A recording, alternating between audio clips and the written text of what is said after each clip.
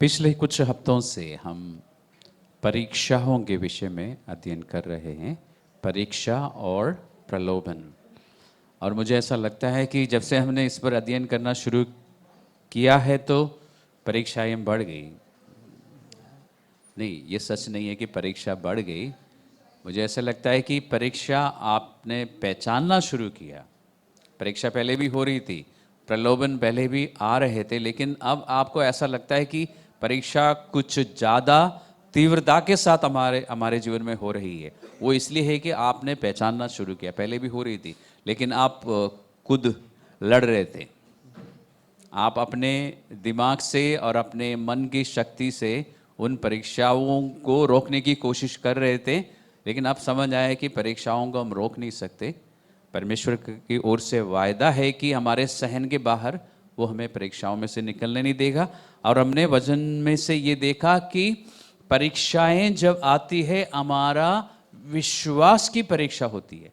प्रलोभन जब आता है, वो हमारे विश्वास, कितना हम परमेश्वर पर भरोसा करते हैं, ये हमें पता लग जाता है। परमेश्वर हमें पता लगने देता है। हमने पिछली बार आयुब के विषय में देखा, और मैंने एक सेशन में आपको बताया था कि एक विश्वासी के जीवन में 3 प्रकार की परीक्षाएं आती है। जहां तक मैंने देखा है वचन में, हो सकता है और भी किस्म की परीक्षा हो। और एक मैंने बताया था कि लोगों के द्वारा या परिस्थितियों के द्वारा आपके जीवन में परीक्षा आती है या प्रलोभन आता है। और उसका उदाहरण हमने देखा था, जैसे कि पौलुस के जीवन में लोग हर जगह हर बात में पौलुस को परेशान करते थे। पौलुस की सेवकाई में हमेशा रुकावट पैदा करते थे, और शारीरिक और मानसिक रीति से पौलुस के ऊपर सताव आता था। ये एक परीक्षा है जिसको लेके उसने प्रार्थना की, और परमेश्वर ने कहा कि मेरा अनुग्रह काफ़ी है। तो यह है एक परीक्षा। दूसरी परीक्षा के विषय में हमने अध्ययन किया कि उसमें आयुब की परीक्षा भी है। आयुब के साथ भी ऐसा ही हुआ। कुछ परिस्थितियां, अचानक उसकी संपत्ति उससे छीन ली गई, उसके बच्चे मर गए। उसने ऐसा कुछ किया नहीं था।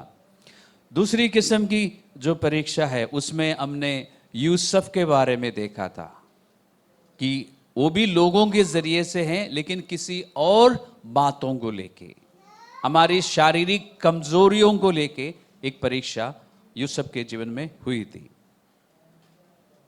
या हम कह सकते हैं कि दुनिया के जो सुख है, उन सुखों के द्वारा हमें उन सुखों की या सुख विलास की ओर हमें खींचने की जो कोशिश होती है। जोसेफ की अपनी कोई भूमिका उसमें नहीं रही, लेकिन प्रलोभन आया और वो जीत भी गया। हमने इस बारे में अध्ययन किया। एक तीसरी किस्म की परीक्षा होती है, उसमें हमारी एक भूमिका होती है। ध्यान से सुनना और इस बात पर ध्यान देना। हमारे जीवन में भी शारीरिक या सांसारिक अभिलाषाएं होती है। पवित्र शास्त्र के अनुसार हमारा पुराना स्वभाव जो है मर चुका है, लेकिन आपने जब से प्रभु में आया ये देखा है कि वो मर तो चुका है, लेकिन हम उसको उठाते रहते हैं, क्योंकि मुर्दों को जिंदा करने की सामर्थ्य परमेश्वर ने हमें दी है ना। और उस सामर्थ्य से हम क्या करते हैं, अपने पुराना मनुष्यत्व को हम उठाते रहते हैं, उसको खड़ा करते हैं। हम कहने के लिए वचन पढ़ते हैं ना। हम चर्च में जाते जरूर है, और हम हर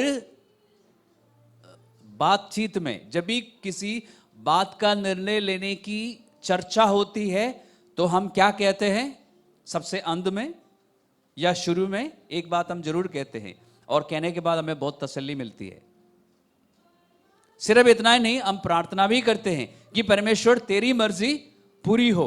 और चर्चा शुरू करने से भी पहले हम कहते हैं कि हम परमेश्वर की मर्जी को आगे रखेंगे। चर्चा समाप्त करते हुए भी हम कहेंगे कि ठीक है, जो भी होगा हम परमेश्वर की मर्जी के अनुसार करेंगे। लेकिन हम सिर्फ बोलते हैं, हम अपने पुराना विचारों के अनुसार सब कुछ करते हैं। इसलिए हमारे मनों में जो शारीरिक या इस संसार की रीति के अनुसार अभिलाषाएं हैं, उन अभिलाषाओं के कारण हमारे जीवन में परीक्षा आती है, जिसके विषय में हमने याकूब की पत्री में द बुक ऑफ जेम्स पहला अध्याय में देखा था कि हमारे अपनी अभिलाषाओं के कारण हम लुभाए जाते हैं, और फिर वो अभिलाषाएं, आपको याद होगा, समय लगता है, गर्भवती होती है, फिर उसका परिणाम निकलता है। इन परीक्षाओं से भी हमें बच के रहना है। जैसे हमारे मन में एक नहीं कई प्रकार की अभिलाषाएं या ऐसी बातें होती हैं जिन्हें परमेश्वर पसंद नहीं करता, जैसे घमंड, जैसे ईर्ष्या, या फिर नफरत, या फिर लोगों का विरोध करना, या फिर खुद के बारे में हीन भावना, इंफीरियोरिटी कॉम्प्लेक्स, और फिर कपट करते हुए हम बोलते कि मैं कपट नहीं करता हूं या मैं कपटी नहीं हूं। ये सब हमारे पुराने स्वभाव में है जो परमेश्वर के हिसाब से मर चुका है, लेकिन हम उसको जगाते रहते हैं। या फिर रिजेक्शन, दूसरों के द्वारा ठुकराए जाना, और फिर दूसरों के खिलाफ षड्यंत्र या साजिश करना, ये सब हमारे विचारों में हावी होने की कोशिश करते हैं। और ध्यान रखना, हमारे विचारों पर ये सब बातें जब हावी हो जाती है, हमारे विचार बदल जाते हैं। और मैंने कई बार आपको बताया कि हमारे विचार जो है हमारे चरित्र को आकार देता है। अगर हम मसीह में हैं और हमारा चरित्र ठीक नहीं है, तो उसका कारण क्या है? हमारे अपने विचार, जिनको हमने संभाला है और जिनके आधार पर हम चलते भी रहे हैं। ब्रेक फ्री फ्रॉम बॉन्डेज, बंधनों से छुटकारे के क्लास में मैंने आपको काफ़ी विस्तार रूप से इसके बारे में समझाया था, इसलिए मैं अभी ज़्यादा समय नहीं लूँगा। तो आपके घमंड के कारण, ईर्ष्या के कारण, या जेलसी के कारण, या नफरत के कारण, या गुस्सा जो आप पालते हैं, या फिर कड़वाहट जो आप पालते हैं अपने मन में, उसके कारण आपके जीवन में प्रलोभन आ सकते हैं। उसके लिए कौन जिम्मेदार है? मैं। दो किस्म की परीक्षा है जो लोगों की तरफ से या इस संसार की ओर से आती है, जिसके लिए आप खुद जिम्मेदार नहीं है, लेकिन परमेश्वर आपको उसमें से निकलने देता है। लेकिन ये जो परीक्षा है उसके लिए आप खुद जिम्मेदार हैं। एक सेशन में मैंने आपको बताया था कि जब परीक्षाएं आती हैं या जब प्रलोभन आते हैं, तो आपको भागना चाहिए परमेश्वर की ओर, पवित्र आत्मा की ओर। नीति वचन का 18वां अध्याय में से मैंने आपको दिखाया था 18:10 में कि यहोवा का नाम या यीशु मसीह का नाम जो है एक दृढ़ गढ़ है, और धर्मी लोग या भक्त लोग उस गढ़ की ओर भागते हैं और फिर शरण पाते हैं या सुरक्षा पाते हैं। इसलिए मैंने कहा कि पवित्र आत्मा की ओर भागना चाहिए, क्योंकि यदि आप पवित्र आत्मा से मदद मांगेंगे और बार बार मांगेंगे, क्योंकि मत्ती का सुसमाचार का 7वां अध्याय में जहां पर यीशु मसीह ने कहा था कि मांगो तो तुम्हें दिया जाएगा, मैंने आपको बताया कि वो मांगने का मतलब है कि मांगते रहो जब तक आपको नहीं मिलता। और हम लोगों में सबसे बड़ी कमजोरी है कि हम 2-3 बार मांगते हैं, 2-3 दिन हम इंतज़ार करते हैं, और जब कुछ नहीं होता तो फिर हम मांगना छोड़ देते हैं। आपको मालूम है ना कि हर भाषा में बात को पेश करने में दिक्कत होती है। हमारी भाषा में हमारे पास जो शब्द है उसके अनुसार इतना ही लिखा जा सकता है कि मांगो, हिंदी में और इंग्लिश में आस्क। लेकिन यूनानी में जो शब्द लिखा है इसमें से उसको पढ़ने से समझ आता है कि मांगते रहो, मांगते रहो, बार बार मांगो, क्योंकि मांगने से कुछ होता है जिसके बारे में आपको मैं अभी बताऊंगा। जब हम मांगते हैं तो परमेश्वर अपना अनुग्रह हम पर प्रकट करता है, जिससे हम खुद को परमेश्वर की मर्जी के सामने झुकाते हैं। या हम खुद को सरेंडर करते हैं कि परमेश्वर, ये मुंह से बोलने, सिर्फ मुंह से बोलने से नहीं होता। आपने कितने सालों से मुंह से बोल रहे हैं कि परमेश्वर तेरी मर्जी नहीं, सॉरी मेरी मर्जी नहीं, तेरी मर्जी पूरी हो जाए, लेकिन हम ऐसा करते नहीं है। इसलिए परमेश्वर से सहायता मांगने की जरूरत है। अगर आप प्रलोभन के समय, परीक्षा के समय पवित्र आत्मा के पास नहीं जा पा रहे हैं, या आपको नहीं पता है कि पवित्र आत्मा से कैसे मदद मांगनी है, तो कम से कम आपके चर्च में पास्टर्स तो है, आप उनके पास जा सकते हैं। वो थोड़ा सा आपको पुश करेंगे पवित्र आत्मा के ओर, उसके बाद आप आगे बढ़ सकेंगे।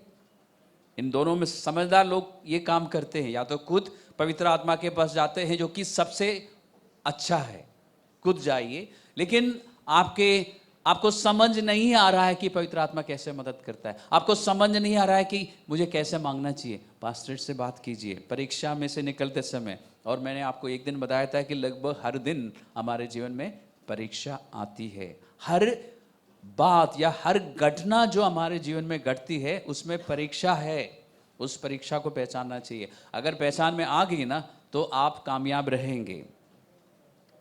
और आज मैं आपको बताना चाहूंगा कि जब आप लगातार कुछ चीज को मांगते हैं तो क्या होता है, उसका परिणाम क्या आता है, हम देखना शुरू करते हैं।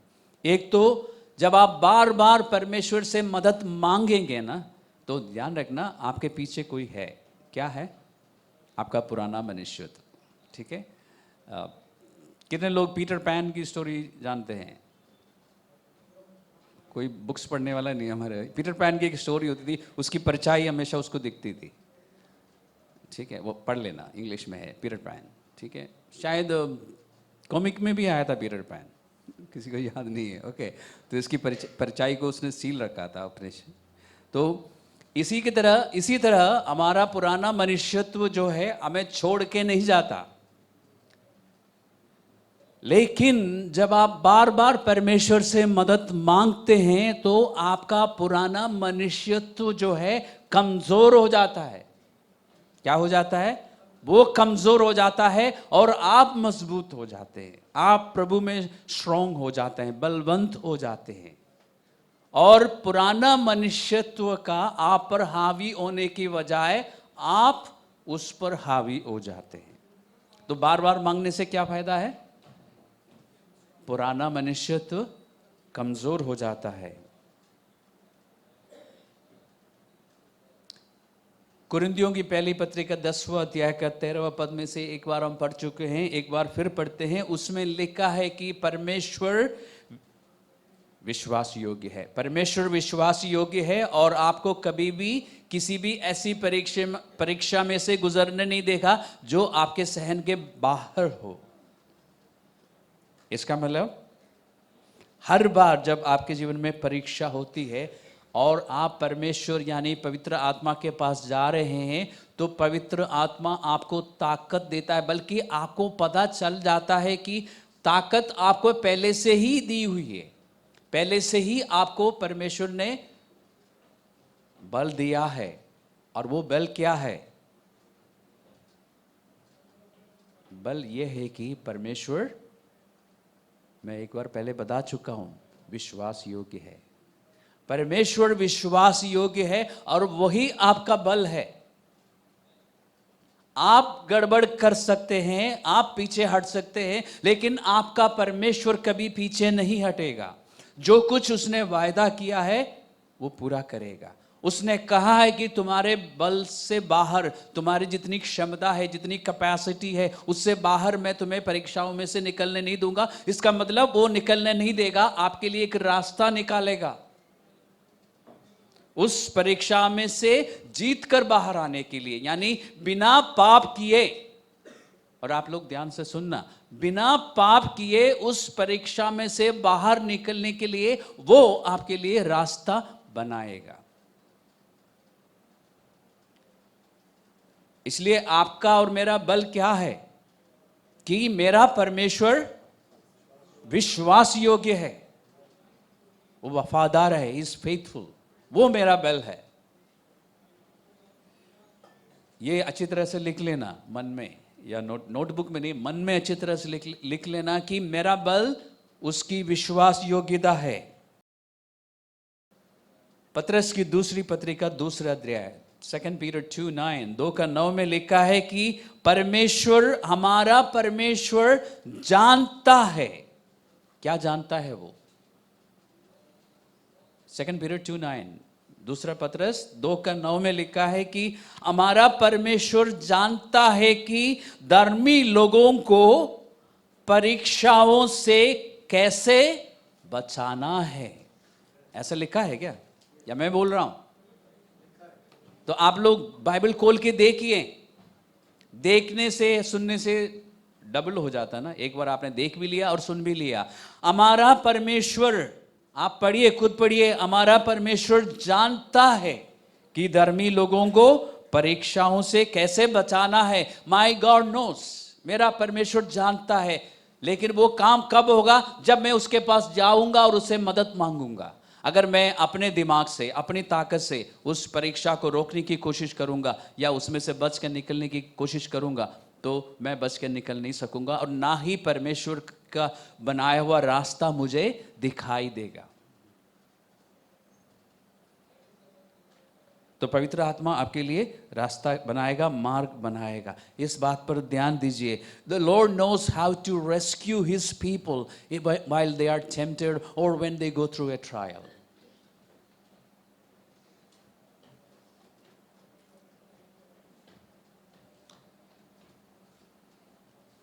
इसलिए आज से ध्यान रखना, जब आपके जीवन में परीक्षा आती है या प्रलोभन आता है। अब कई प्रकार के प्रलोभन आते हैं ना। मैं कुछ कुछ उदाहरण देता हूँ। जैसे जो लोग सिगरेट पीते हैं और छोड़ने का इरादा कर लिया, या लोग जो शराब पीते हैं, धीरे से बोलना पड़ेगा, चर्च में कोई शराब नहीं, मसीह लोग शराब नहीं पीते लेकिन पीते हैं, चुपके से पीते हैं और हर बार डिसाइड करते हैं कि अब से नहीं पीऊँगा, ठीक है, लेकिन फिर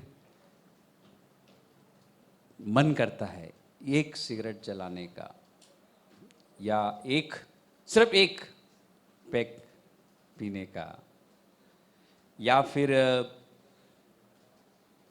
किसी से बात करने का जिससे आपको बात करनी नहीं चाहिए, है ना।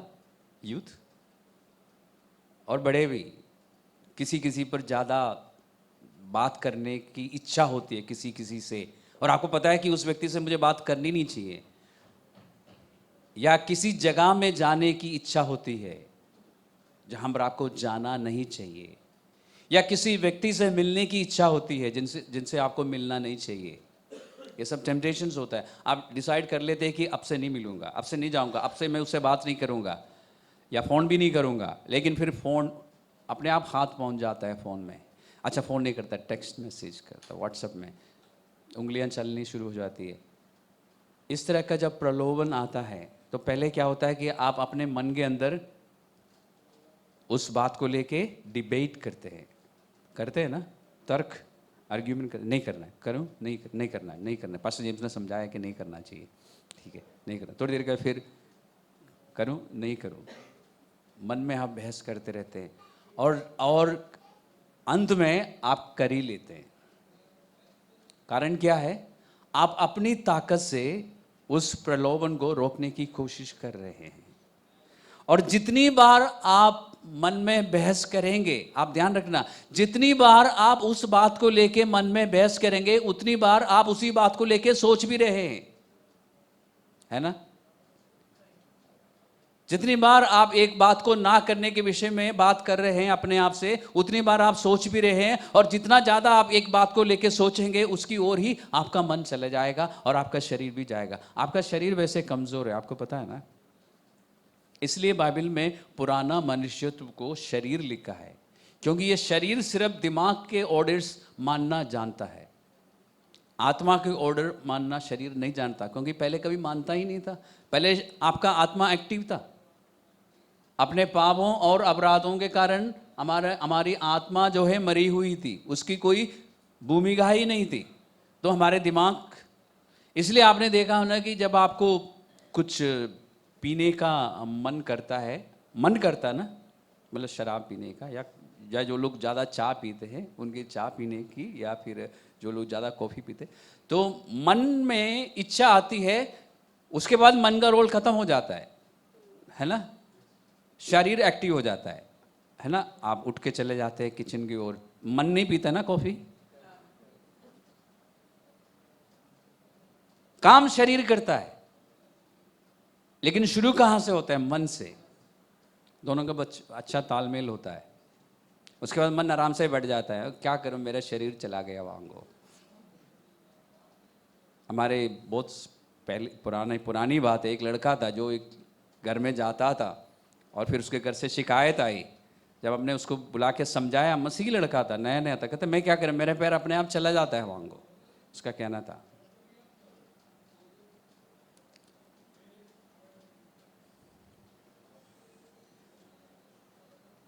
या कभी कभी टेलीविज़न में या लैपटॉप में या फिर अपने फ़ोन में कुछ देखने की जिसके बारे में आपको पता है कि मुझे देखना नहीं चाहिए, कुछ प्रोग्राम्स, कुछ सीरियल, कुछ मूवीज़ नहीं देखना चाहिए, लेकिन देखने का मन करता है।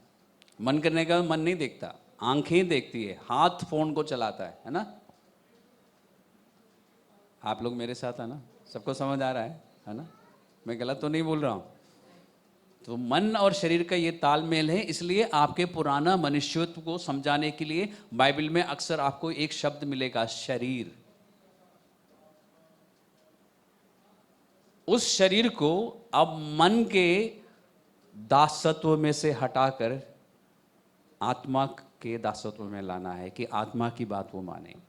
इसलिए हम पवित्र आत्मा के ओर जाते हैं, पवित्र आत्मा से मांगते हैं।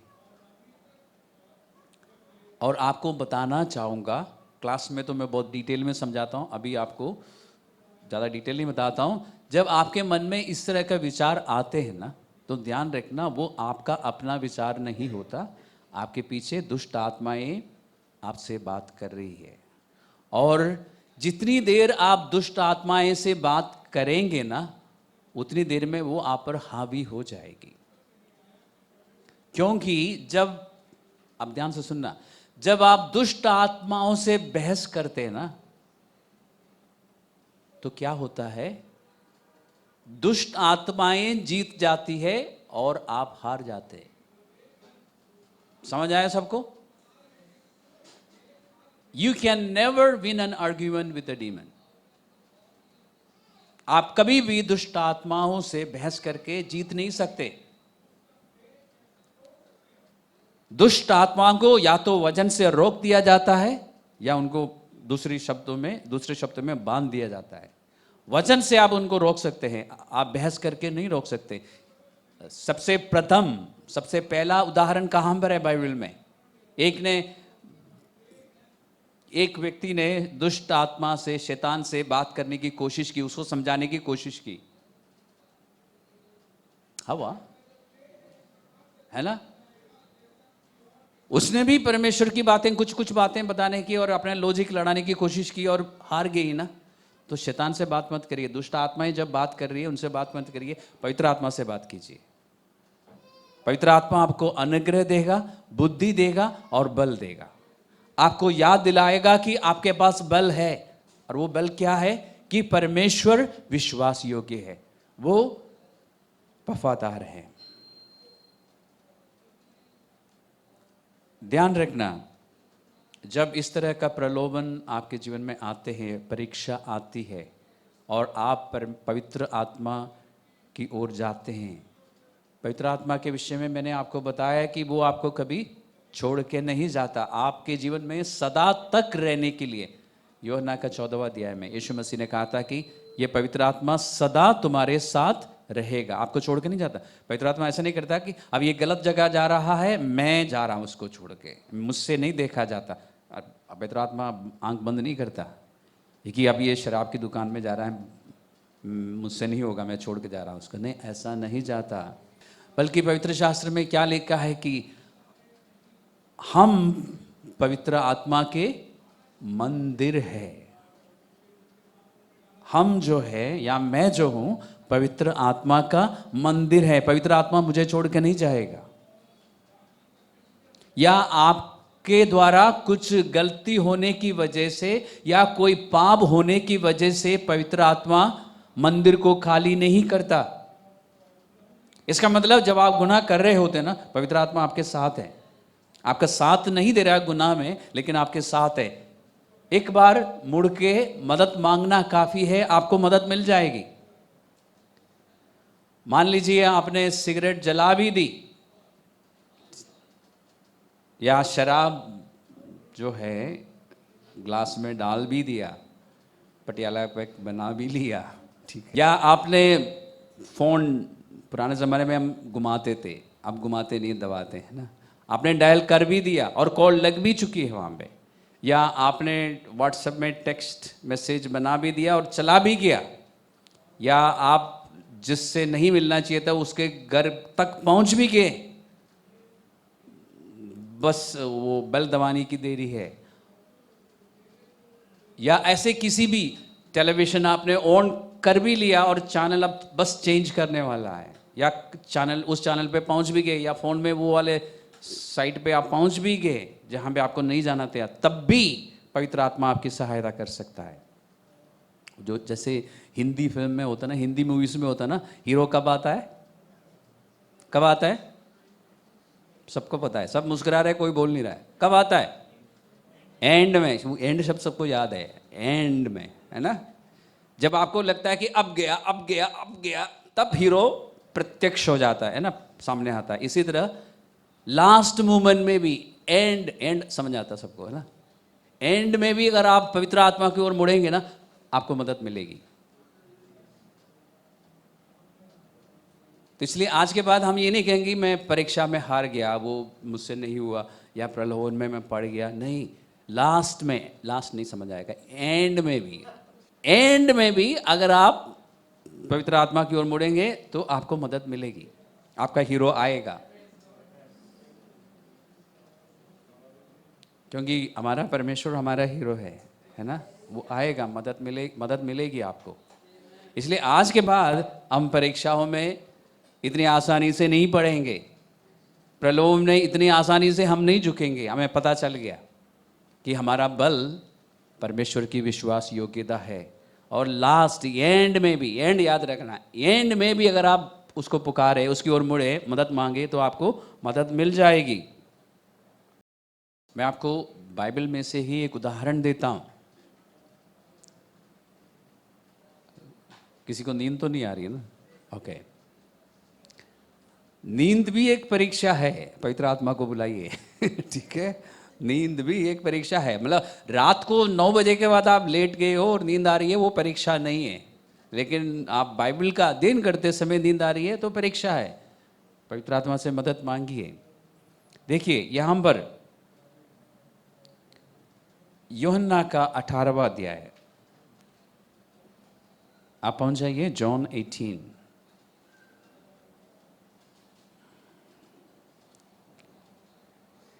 यहां पर एक घटना आप देखेंगे, यीशु मसीह को पकड़ने के लिए सैनिक आए, और उस समय 18:4 से लेकर 9 तक जो बातचीत है उसको आप पढ़ लेना। लेकिन उसमें से मुख्य रूप से हम क्या देखते हैं कि जब सैनिक यीशु मसीह को गिरफ्तार करने के लिए आए तो यीशु मसीह ने कहा कि जिसको तुम ढूंढ रहे हो वो मैं हूं, इन्हें छोड़ दो। ऐसा ही यीशु मसीह ने बोला अपने चेलों के लिए। यानी यीशु मसीह ने उन सैनिकों को, अपने चेलों को गिरफ्तार करने नहीं दिया, उन्हें बचा के रखा। क्योंकि उस समय वे चेले ऐसी परीक्षाओं का सहन करने के लिए योग्य नहीं थे, या वो सह नहीं सकते थे। अगर उस समय उन चेलों को अरेस्ट किया होता तो वो सह नहीं सकते थे, इसलिए यीशु मसीह ने उन्हें बचाया। लेकिन उनमें से हर एक प्रेरितों के विषय में आप जानते हैं कि आगे जाके उनमें से हर एक को सताव में से गुजरना पड़ा, उन्होंने सह लिया, यहां तक कि अंत में सब शहीद हो गए। उस समय परमेश्वर ने होने दिया। क्यों? क्योंकि वो उन बातों को सह सकते थे। पतरस को, यूहन्ना को, याकूब को, सबको सताव में से गुजरना पड़ा, लेकिन कामयाब होके वो निकले। यीशु मसीह का प्रचार हुआ, कलीसिया बन गई। लेकिन उस दिन यीशु मसीह ने उन्हें पकड़ने नहीं दिया, क्योंकि वो तैयार नहीं थे, वो सहन नहीं कर सकते थे। तो उसमें से आपको क्या समझ आता है?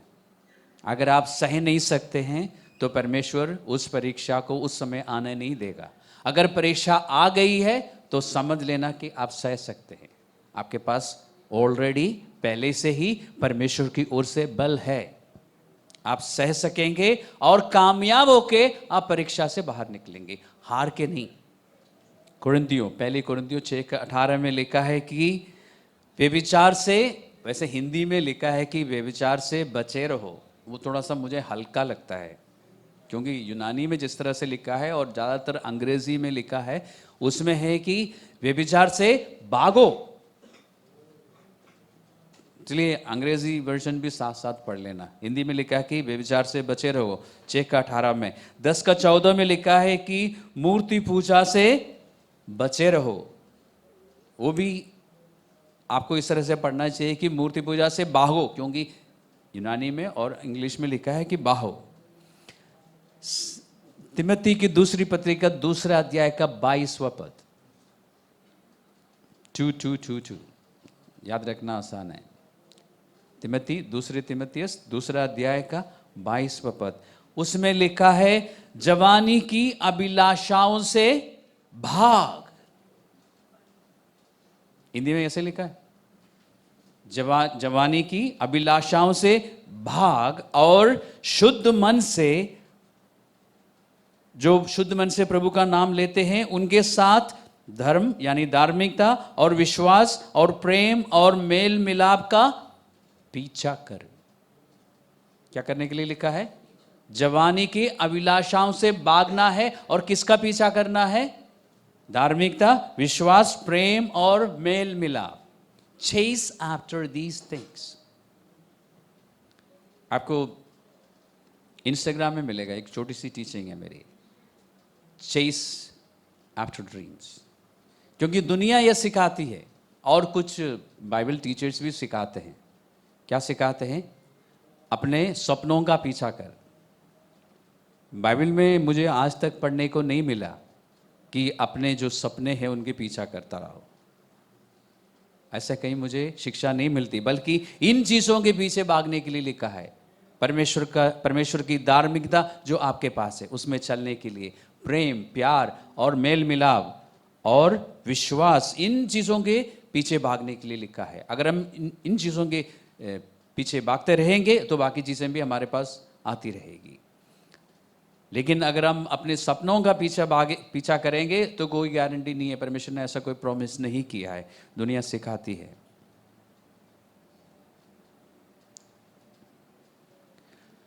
तीसरी बात, जब आप पवित्र आत्मा से मदद मांगेंगे, पहली बात क्या थी? परमेश्वर आपके लिए रास्ता बनाएगा, आपको पता चलेगा कि आपके पास बल है, आपका पुराना मनुष्यत्व जो है कमजोर हो जाएगा, पहली और दूसरी बात। तीसरी बात, परमेश्वर का आत्मा, पवित्र आत्मा जो है आपके अंदर पवित्र इच्छाएं पैदा करती रहेगी। जो दुनियावी अभिलाषाएं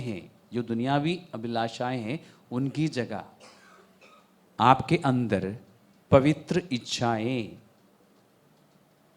पवित्र आत्मा डालना शुरू करेगा। फिलिपियों की 2 अध्याय का 13वां पद ज्यादातर लोगों को मालूम है।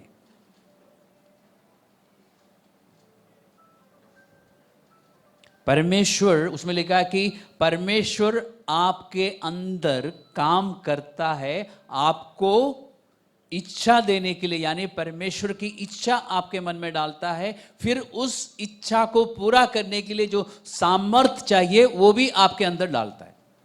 ऐसे लिखा है 2:13 में, फिलिपियों 2:13।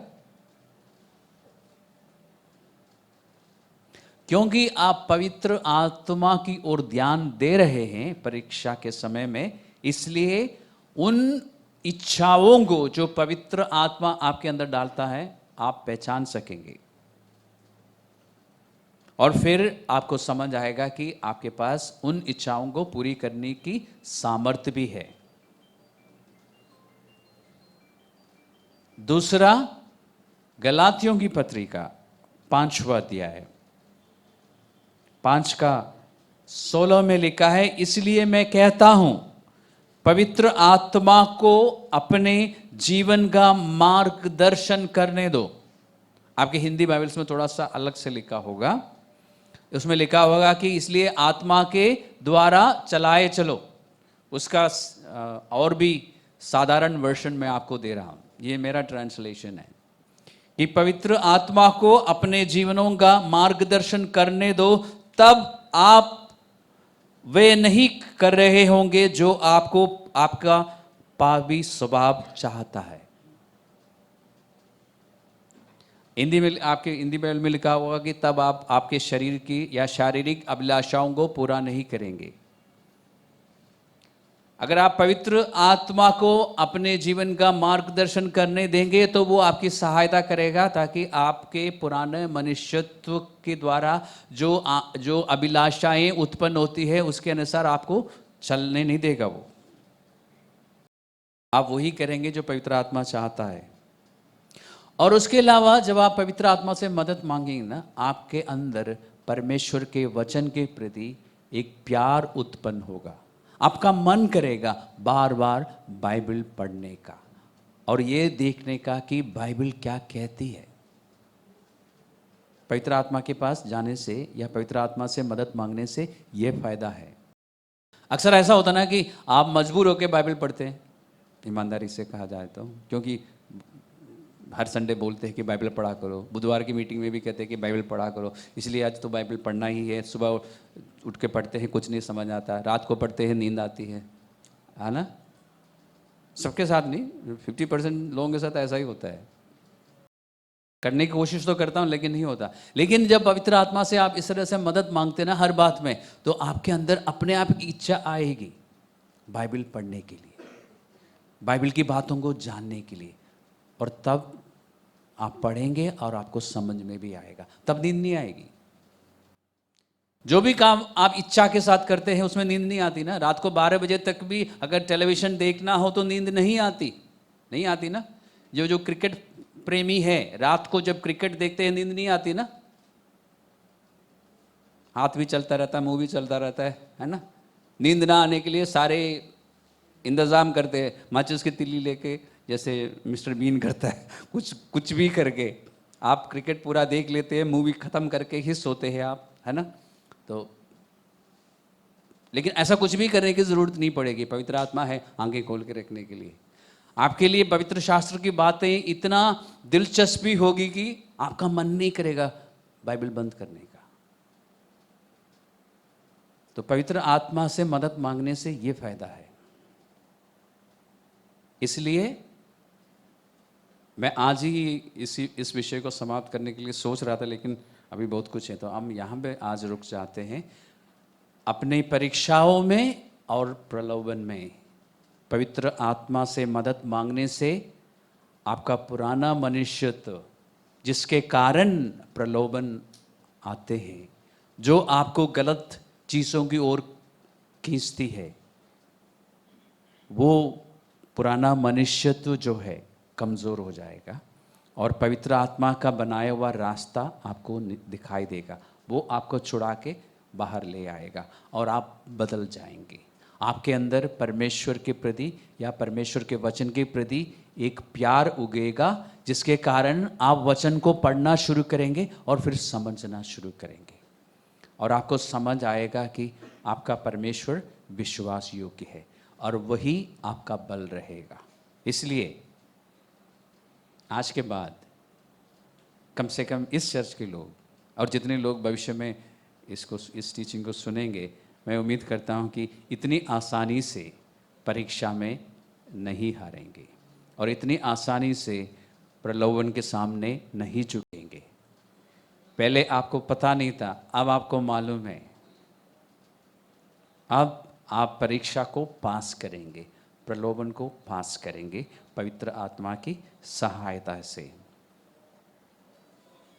और पवित्र आत्मा की सहायता से आप अंदर से इतना बदल जाएंगे कि जो चीज़ें आपको पहले अट्रैक्टिव लगती थी या जो चीज़ें अपनी ओर आपको आकर्षित करती थी, उन चीज़ों से आपके मन में नफरत पैदा होगी।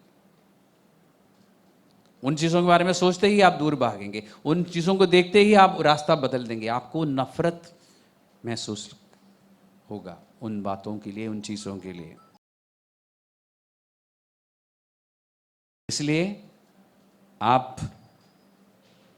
बाकी समय में भी, सिर्फ परीक्षा के समय नहीं, बाकी समय में भी अगर पवित्र आत्मा से सहायता मांगते रहेंगे तो परीक्षा में आपके लिए आसान होगा। तो आज से हम ऐसा करेंगे, अभी से ऐसा करने की कोशिश करेंगे और कामयाब रहेंगे। तो परमेश्वर की आशीष आपके साथ रहेगी। और आपका बल क्या है? मेरा बल क्या है? परमेश्वर विश्वास योग्य है, वो अपने वचन के अनुसार सब कुछ पूरा करेगा।